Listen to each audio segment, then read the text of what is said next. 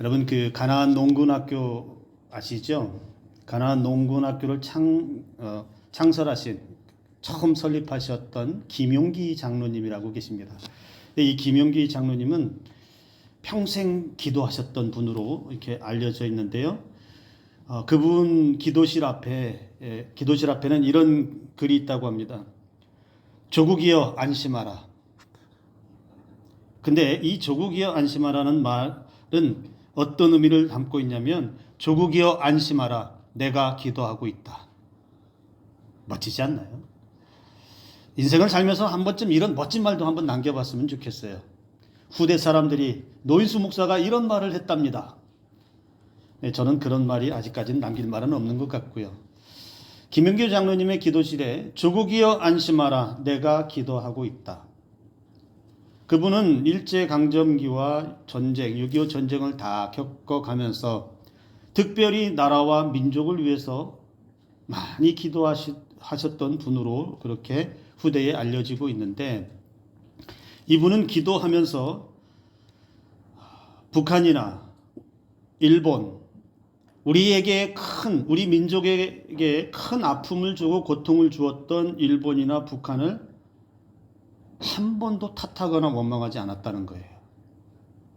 충분히 그들 때문에 고통을 겪었고 그들 때문에 정말 많은 생명도 잃었고 그들 때문에 아픔을 겪어야만 했던 우리 역사를 기억하고 있는데, 기도하면서 그들을 탓하거나 그들을 향해서 원망하지 않고 나라와 민족을 위해서 기도했다는 겁니다.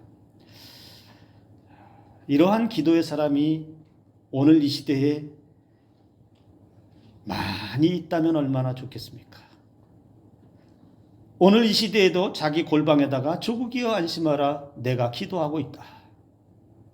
이렇게 써붙이고 기도하는 사람이 있다면 참 하나님도 기뻐하시고 이 나라 이민족에게 큰 은혜를 베풀어 주실 줄로 믿습니다. 오늘 그렇게 하나님 앞에 나라와 민족을 위해서 기도한 한 사람 느헤미야를 여러분에게 소개하고자 합니다. 바벨론 포로 생활을 마치고 예루살렘으로 귀환한 유다 백성은 성벽이 무너지고 성전도 무너지고 황폐한 상황 가운데서 고통스러운 시간을 계속 이어가고 있었습니다. 페르시아의 아닥사스다 왕의 술 맡은 관원장이었던 이 느헤미야는 유다에서 온 동생 하나니를 통해서 유다와 예루살렘의 소식을 듣습니다. 그런데 자기 조국 예루살렘의 소식은 처참했습니다. 아직 성벽이 무너진 채로 그대로 방치되어 있고 황폐화되어 있고 백성들은 고통을 여전히 겪고 있다라는 소식을 들었습니다. 바벨론 포로 생활 70년을 마치고 그리고 1차 귀환 때에 스룹바벨을 중심으로 해서 무너진 성전이 재건되었습니다. 그리고 2차 귀환 때는 에스라를 통해서 영적 부흥운동도 일어났습니다. 그런데 약 90여 년이라는 시간이 지났습니다. 거의 100년 가까이 시간이 지났는데도 예루살렘 성은 여전히 무너진 채로 방치되어 있었다는 겁니다. 오랜 시간 90여 년 동안에 계속해서 방치되어 있고 고통을 당하는, 그래서 오늘 3절의 말씀에 큰 환난을 당하고 능욕을 받으며 예루살렘 성은 허물어지고 불탔다, 이런 보고를 들었다는 거죠. 아직도 고통당하고 있습니다. 아직도 끔찍합니다. 아직도 예루살렘은 한숨이 절로 나오는 그런 상태입니다. 이런 절망적인 소식을 하나님으로부터 느헤미야가 들었습니다. 그것으로 인해서 느헤미야가 깊은 슬픔에 빠지게 되는데, 여러분 느헤미야의 삶을 잠깐 우리가 살펴보면 느헤미야가 아닥사스다 왕의 술 맡은 관원장이라고 그랬습니다. 술 맡은 관원장은 왕의 최측근 바로 옆에 있는, 오른팔이라고 해도 무방할 정도의 최측근입니다. 왕의 상에 올라가는 술잔을, 음식을 먼저 맛보고 혹시 독이라도 들어있지 않은가? 이런 것들을 체크하는 최고위층이면서 최측근으로 어찌 보면 출세한 사람입니다. 페르시아에서 그렇게 고위층의 삶을 살면서 왕 옆에서 왕족으로 살면서 풍족하고 윤택함을 살고 있습니다. 비록 뿌리가 그의 민족이 유대인이기는 하지만 그 유대인의 피는 오래전 이야기예요. 포로민 후손으로 그곳에서 태어나서 자수성가해서 성공해서 왕 다음으로 누릴 수 있는 모든 호화로움을 다 누릴 수 있는 그런 위치에 있는 사람이 지금 느헤미야예요. 포로민이 겪는 아픔, 서러움, 고통의 삶에서는 그래도 벗어나 있는 사람이라고 할 수 있습니다. 예루살렘이 망하고 이미 많은 세대가 지났습니다. 한 4대나 5대쯤 지난 것으로 이렇게 추정을 합니다. 한 세대를 30년으로 계산해서 4대나 5대쯤 지난 후에 느헤미야가 예루살렘의 소식을 들었을 때에 이런 생각 충분히 할 수 있어요. 나는 지금 페르시아에 살고 있고 물론 내 뿌리가 유대인이긴 하지만 오래된 이야기야. 지금 내 삶하고는 전혀 달라. 나는 내 삶이 있고 나의 직업이 있고 내가 살아가는 삶의 환경이 있는데 오래전에 망해버린,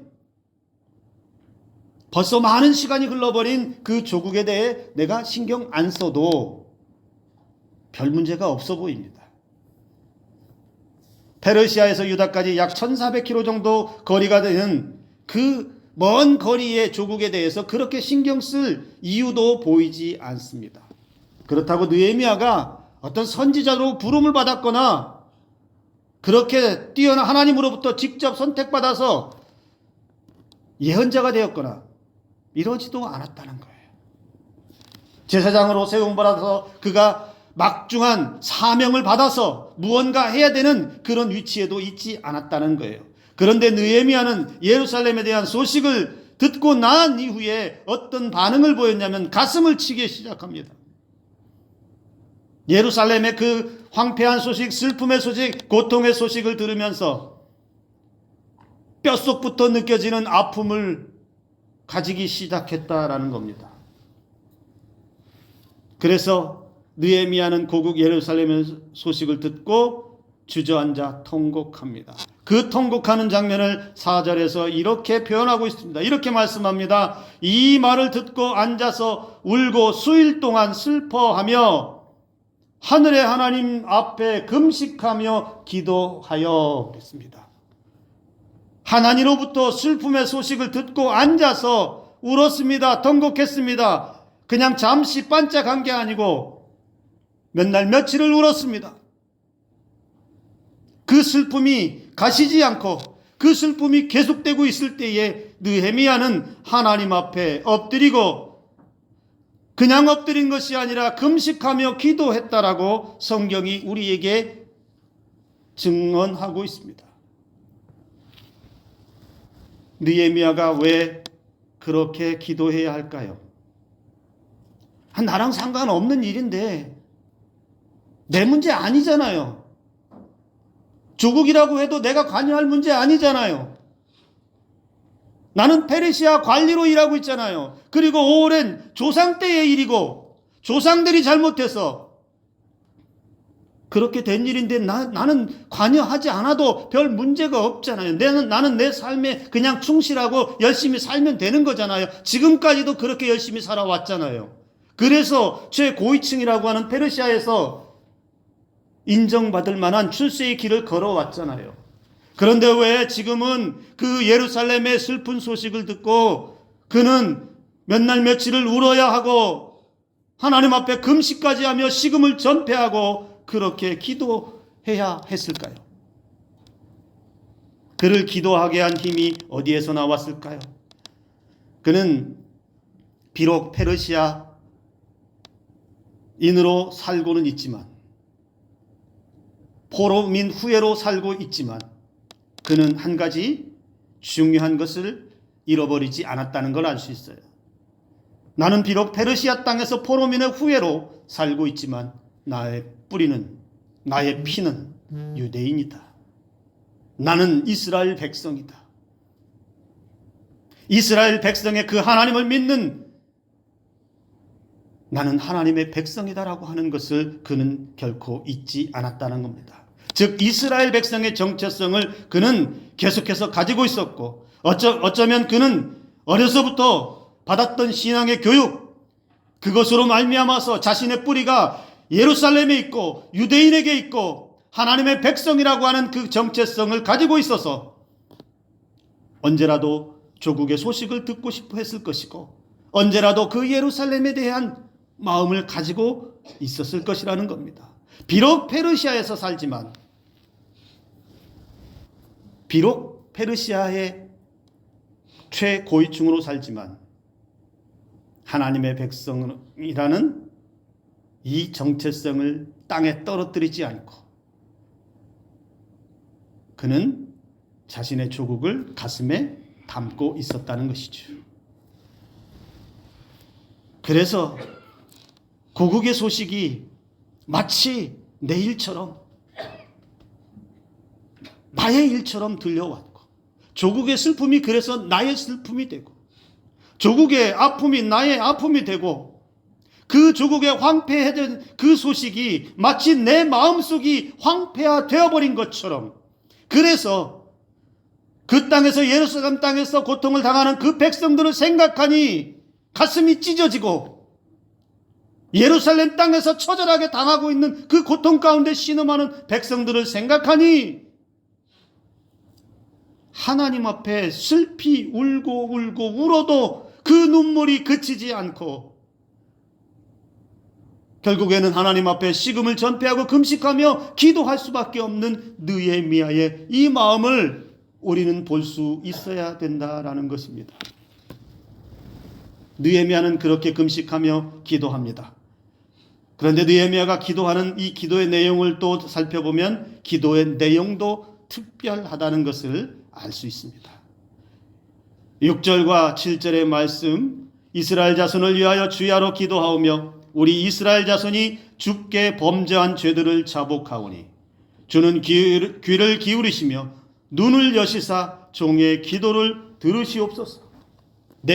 나와 내 아버지의 집이 범죄하여 주를 향하여 크게 악을 행하여 주께서 주의 종 모세에게 명령하신 계명과 율례와 규례를 지키지 아니하였나이다. 지금 뭘 하고 있습니까? 느헤미야는 회개하고 있습니다. 회개가 무엇입니까? 자신의 죄를 고백하고 돌이키는 거 아닙니까? 하나님, 내가 하나님 앞에 죄인입니다. 내가 이렇게 많은 죄 가운데 있어서 나는 흉악한 죄인이지만 나는 이제부터는 이 죄의 삶에서 돌이켜서 하나님의 은혜 앞으로 가기를 원합니다. 하나님, 나의 이 더러운 죄를 용서하여 주시고 나를 깨끗게 하시는 은총을 입혀 주옵소서. 다시는 죄에 빠지지 않도록 나를 불쌍히 여기시옵소서. 무릎 꿇고 기도하는 그 기도가 회개기도 아닙니까? 그런데 지금 느헤미야는 무슨 회개 기도를 하고 있습니까? 이스라엘 공동체의 범죄를 회개하고 있습니다. 조상들의 죄악을 회개하고 있습니다. 자신과 아버지의 집이 죄를 범했다고, 모세를 통해 주셨던 그 율법과 규례를 지키지 않았다고 그것을 회개하고 있습니다. 왜 느헤미야가 시간도 많이 지났어요. 100여 년이나 흐른 지금에 와서 자신이 잘못한 것도 아니고 자신이 그렇게 한 것도 아니고 자신이 있을 때 나라가 망한 것도 아닌데 왜 느헤미야는 이스라엘 공동체의 죄를 고백하고 있고 조상들의 죄악과 자기의 아버지의 죄를 함께 고백하며 회개하고 있느냐는 거예요. 느헤미야 잘못이 아니잖아요. 여러분, 우리가 살고 있는 이 시대, 이 사회, 어떤 분들은 이렇게 말해요. 핑계대는 사회다. 사람들은 공동체나 사회, 어떤 조직에서든 또는 국가의 문제가 발생하면 가장 쉽게 하는 게 뭐냐? 그 사람 때문이야. 가장 쉽게 하는 게 뭐예요? 대통령 때문이야. 정치인 때문이야. 시장 때문이야. 목사도 여기에는 자유롭진 않을 거예요. 우리 사회가 공동체의 문제, 공동의 문제에 대해서 또는 국가의 문제에 대해서 어떤 인식들을 가지고 있느냐? 나는 잘했는데 누구 때문에, 다른 사람 때문에, 어떤 현상 때문에, 무엇 때문에를 갖다 붙여서 핑계대는 사회라는 겁니다. 잘 되면 자신 탓이고 안 되면 조상 탓이라고 그러죠. 그런데 느헤미야의 이 모습을 보면 여러분, 느헤미야 회개 기도에서 찾아볼 수 없는 게 이것입니다. 조상 때문에 망했습니다.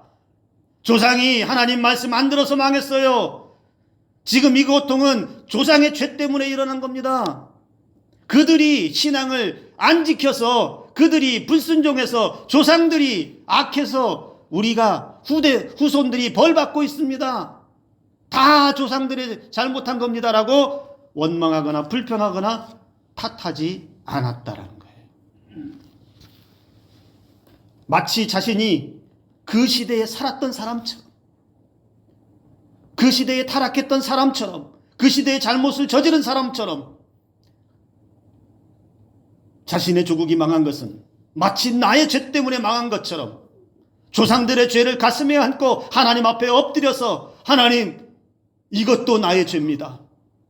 이 조상들의 죄도 내가 회개합니다. 느헤미야는 지금 그렇게 회개하며 기도하고 있다는 겁니다.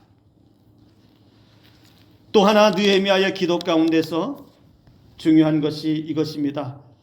8절과 10절의 말씀에 너희가 범죄하면 내가 너희를 여러 나라 가운데 흩을 것이요 만일 내게로 돌아와 내 계명을 지켜 행하면 너희 쫓긴 자가 하늘 끝에 있을지라도 내가 거기서부터 그들을 모아 내 이름을 두려고 택한 곳에 돌아오게 하리라 하신 말씀을 이제 청하건대 기억하옵소서. 느헤미야 기도, 이 기도 가운데 8절에서 10절까지의 말씀 가운데 무엇을 찾을 수 있습니까? 느헤미야는 포로민 후예로 페르시아에서 태어나고 자랐습니다. 그런데 느헤미야가 가지고 있는 그 신앙은 어떤 신앙이냐? 하나님의 언약을 붙잡고 있다는 겁니다. 조상 때부터 들려진 하나님의 언약의 말씀이 그 신앙 안에 있다는 겁니다. 하나님이 오래전에 조상 때부터 약속하셨던 그 언약을 기억하고 있다는 거예요. 하나님 전에 이렇게 말씀하셨지요. 하나님 전에 이렇게 약속하셨잖아요. 하나님 전에 말씀으로 이렇게 우리 공동체 조상들에게 분명히 약속하신 게 있지요. 그러니까 뭐라고 하는 거예요? 이제 그 약속 기억해 주십시오. 하나님이 오래전 조상 때에 약속하셨던 것을 느헤미야가 끄집어내고 있어요. 만약에 범죄하면 흩어버릴 것이지만 내게로 돌아와, 하나님께로 돌아와 계명을 지켜 행하면 쫓긴 자가 하늘 끝에 있을지라도 거기서부터 다시 모아드릴 것이고 내 이름을 두려고 택한 곳에서 돌아오게 할 것이다라고 했던 조상 때에 주어졌던 그 언약을 꼭 간직하고 있었다는 거예요. 그러니까 그 언약의 말씀이 있으니까 결정적으로 기도할 때에 뭘 꺼냈어요? 내 안에 있는 그 하나님이 약속해 주셨던 언약을 끄집어내서 하나님, 분명히 조상 때 이렇게 말씀하셨지요. 그러니 이제 이 약속의 말씀을 기억해 주십시오. 하나님의 언약을 붙잡고 기도하는 느헤미야를 볼 수 있다는 거예요. 여러분, 우리는 어떻게 기도하지요? 여러분 마음속에 하나님께서 약속하신 언약의 말씀이 있으신가요? 오래전부터, 어려서부터 오면서 여기까지 오면서 하나님께서 주셨던 그 언약의 말씀, 그 말씀만 붙들면 힘이 나고 그 말씀만 붙들면 삶의 문제가 해결이 되고 그 말씀만 붙들면 없던 소망 가운데서도 소망을 붙잡을 수 있고 내가 사망의 음침한 골짜기에 놓여 있을지라도 하나님께서 이렇게 나에게 약속하셨지요. 하나님은 하신 말씀을 가지고 와서 기도하면 우리 하나님은 꼼짝 못하시는 하나님이세요. 아니 내가 꼼짝 마라 이렇게 해서 꼼짝 못하는 게 아니고 하나님께서 하신 말씀을 가지고 와서 하나님께서 약속하신 그 언약을 하나님 앞에 가져와서 하나님 분명히 이렇게 약속하셨잖아요. 하나님 분명히 이렇게 말씀하셨잖아요. 그러면 그 말씀 이제 기억해 주시옵소서. 이제 말씀하신 대로 은혜 베풀어 주시옵소서. 우리의 기도가 이렇게 되어야 할 줄로 믿습니다. 우리 민수기 23장 19절의 말씀을 우리 한번 같이 읽어보겠습니다. 함께 읽습니다. 하나님은 사람이 아니시니 거짓말을 하지 않으시고 인생이 아니시니 후회가 없으시도다. 어찌 그 말씀하신 바를 행하지 않으시며 하신 말씀을 실행하지 않으시랴. 하나님은 거짓말쟁이가 아닙니다. 하나님은 허풍쟁이가 아니에요. 하나님은 기분 좋으라고 빈말하시는 분도 아니십니다. 하나님은 반드시 약속하신 것은 이루십니다. 하나님께서는 반드시 하신 말씀은 신실한 신앙의 사람들의 삶의 자리에서 역사하십니다. 나에게 역사하지 않는다면, 나에게 주신 은혜가 아니라면 내 후대에서라도 반드시 하신 말씀대로 역사하시는 분이 하나님이시라는 겁니다. 하신 말씀을 사람처럼 이랬다가 저랬다가 왔다 갔다 하는 것이 아니라 그 말씀을 반드시 실행하시는 신실하신 언약의 하나님, 그 언약을 지키시는 하나님을 바라보며 기도하는 저와 여러분들 되기를 주님의 이름으로 축복합니다. 느헤미야가 그 언약을 끄집어내었습니다.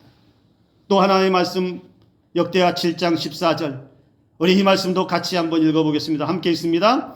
내 이름으로 일컫는 내 백성이 그들의 악한 길에서 떠나 스스로 낮추고 기도하여 내 얼굴을 찾으면 내가 하늘에서 듣고 그들의 죄를 사하고 그들의 땅을 고칠지라. 똑같은 말씀이에요. 악한 길에서 돌이켜서 스스로 낮추고 기도하고 하나님을 구하면 어디에서 듣는다고요? 하늘에서 듣고 그 백성들의 죄를 사하고 그 땅을 회복시키시고 고치시는 은혜를 주시겠다라고 그렇게 말씀하신다는 거예요.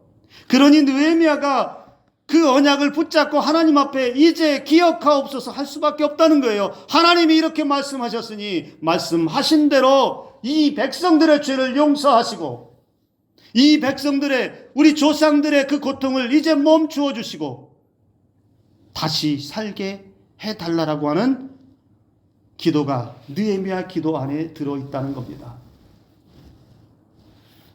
그리고 느헤미야의 기도에 또 하나 중요한 그 포인트는 여러분 10절의 말씀, 이들은 주께서 일찍이 큰 권능과 강한 손으로 구속하신 주의 종들이요 주의 백성이니이다 이렇게 말했어요. 느헤미야가 지금 어떻게 기도하냐면 조상들의 죄를 회개하고 있고 조상 때부터 주어진 언약의 말씀을 끄집어내어서 기억해달라고 기도하고 있는데 그 백성들, 이스라엘 백성들을 누구라고 말하느냐? 일찍이 큰 권능과 강한 손으로 구속하신 주의 종들, 주의 백성입니다. 무슨 말입니까? 하나님이여 이 조상들, 예루살렘의 그 고통받는 백성들, 망해버려서 황폐화된 상태로 살아가는 그 처참한 지경에 떨어진 그 백성들 누구냐?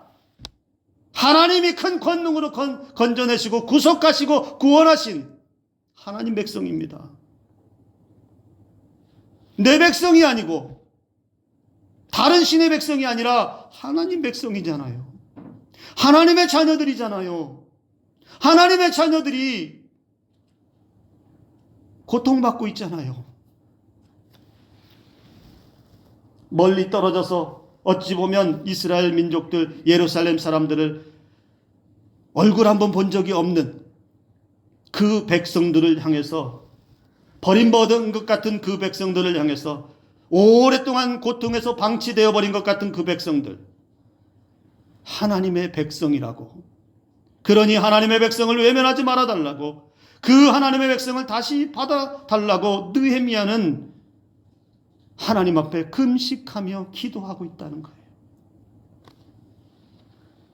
자기만 아는 세상, 남 탓하는 세상, 그런 세상에 빠지지 않고 자기 동족의 아픔을 알고 있고 자기 동족의 고통을 보면서 기도할 수 있는 신앙. 오늘같이 갈등하고 분열하고 분노하는 이 세상 가운데 나와 마음이 맞지 않으면 다 적인 것처럼 그렇게 생각하는 사회 가운데서 이렇게 기도할 수 있는, 이렇게 하나님의 은혜를 구할 수 있는 신앙인이 교회 안에 그리고 교회 밖으로 많이 세워져야 하지 않을까요? 우리는 앞서도 말씀을 드렸지만 혼란스러운 시기를 거쳐가고 있습니다. 우리나라를 생각하고 돌아보면서 여러분 다시 한번 느헤미야의 이 기도와 이 간절함을 우리는 새길 수 있어야 합니다. 탄핵 정국을 거쳐서 대통령이 바뀌었습니다. 이제 우리가 나아갈 길은 무엇일까요? 계속해서 싸우고 분열하고 갈등해야 할까요? 교회와 성도가 또 길거리로 나가서 정치 선동하고 내 편이 아니면 다 적으로 악마화시키고 이러한 일들을 계속해야 할까요? 그래서 계속 분노하고 혐오의 중심에 신앙인들이 서 있어야 할까요? 아니면 다 듣기 싫으니까, 다 필요 없으니까, 나와 내 삶에 아무 문제 없으니까, 내 문제 아니니까 그냥 무관심하고 방관해야 하겠습니까? 우리 신앙인들은 달라져야 합니다. 우리 그리스도인들은 달라져야 합니다. 일하는 정부와 공무원이 되기 위해서 우리 힘써 기도해야 합니다. 대통령이 정치를 잘 할 수 있도록, 나라 살림을 잘 이끌어갈 수 있도록, 이 백성들을 가장 안전하고 평안하게 이끌어갈 수 있도록 대통령을 위해서 우리는 기도해야 합니다. 그리고 나라와 국민들, 이 백성들, 대통령을 중심으로 한 위정자들 모두가 다 협치하고 협력하고 갈등의 중심에 선 것이 아니라 이제 국회에서부터 협력하는 모습을 보일 수 있도록 우리 신앙인들은 하나님 앞에 느헤미야와 같은 심정을 가지고 나아가 엎드려 기도해야 합니다. 이 백성들이 그리고 자기의 일상의 삶으로 돌아가서 땀 흘려 수고하는 만큼 열심히 사는 사람들이 헛수고의 인생 되지 않도록 삶의 열매들을 먹고 살 수 있도록 은혜를 베풀어 달라고 기도해야 합니다. 교회와 성도가 길거리로 쏟아져 나와서 갈등하고 분노하고 갈라치기 하는 것이 아니라 교회가 합력하고 선을 이루는 자리로 나아가기 위해서 나라와 민족을 품고 기도하고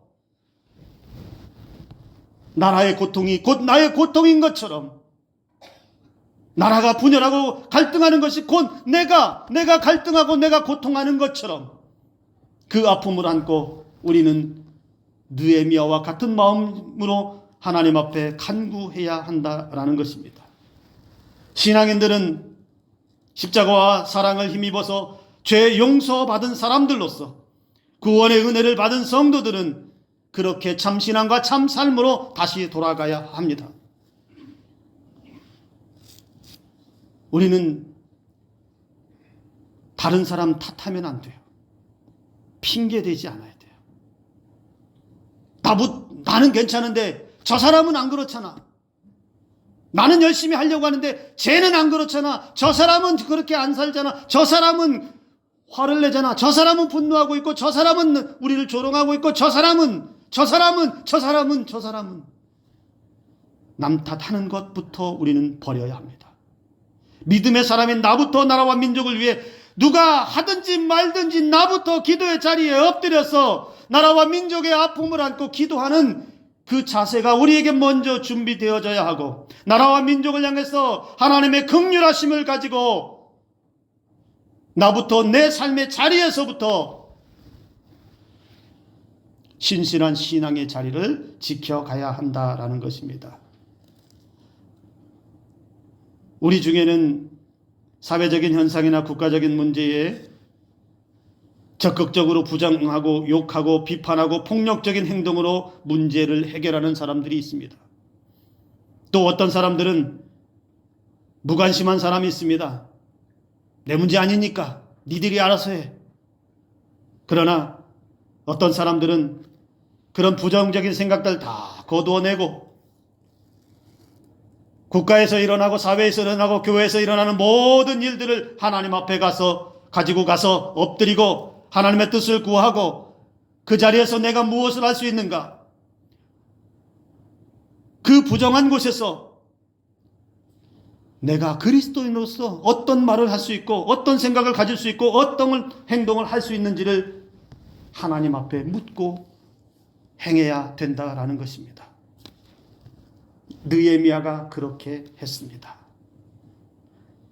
자신은 편하게 살 수 있는 삶의 환경의 자리에 있지만, 자신은 상관하지 않아도 되는 자리에 있었지만, 자신은 조상들의 죄와는 상관이 없는 그런 위치에 있었지만, 그러나 느헤미야는 조상의 죄도 안고 갔고 그 죄를 회개했고, 느헤미야는 하나님의 언약을 붙잡고 민족의 나라의 회복을 위해서 금식했고, 느헤미야는 그 백성들이 하나님의 백성이라고 하나님 앞에 하소연하면서 이제 기억하여 주옵소서라고 그 먼 땅 페르시아에서부터 기도하며 자신이 앞으로 무엇을 해야 할지 그것을 꿈꾸기 시작했고, 그래서 이제 주의 종을 형통하게 하옵소서. 왜 형통하게 해야 될까요? 그가 앞으로 무슨 일을 해야 할지를 알기 때문에 그렇습니다. 오늘 이 시대를 살아가는 모든 신앙의 사람들이 이러한 마음들을 품을 수 있기를 주님의 이름으로 축복합니다. 오늘 이 자리에 있는 모든 분들이 느헤미야와 같은 심정을 가슴에 담기를 원합니다. 우리 시대 혼란스러운 대한민국에 나 한 사람의 느헤미야가 나라의 민족과 아픔을 안고 더 이상 갈등과 분열과 분노와 남 탓하는 사회가 아니라 나부터, 내 삶의 자리부터 하나님의 언약의 말씀을 붙잡고 이 백성들 가난과 전쟁에 패하여서 건져주셨던 그 은혜 다시 기억하며 하나님 이제도 회복시켜 주십시오. 이 백성 이제도 불쌍히 여겨 주시옵소서. 이 백성들이 죄 가운데 빠졌습니다. 돈의 눈이 멀고 권력의 눈이 멀고 우상과 사이비에 현혹되어서 신앙을 저버렸던 그들의 죄를 하나님 나에게도 용서하여 주옵소서. 우리가 이러한 느헤미야의 심정을 안고 나아가서 이 나라의 민족 가운데 하나님의 미랄이 되는 저와 여러분들의 삶이 되기를 주님의 이름으로 축복합니다. 나부터 변하면 다른 것도 변화됩니다. 나부터 시작하면 다른 곳에서도 따라오게 될 것입니다. 기도합니다.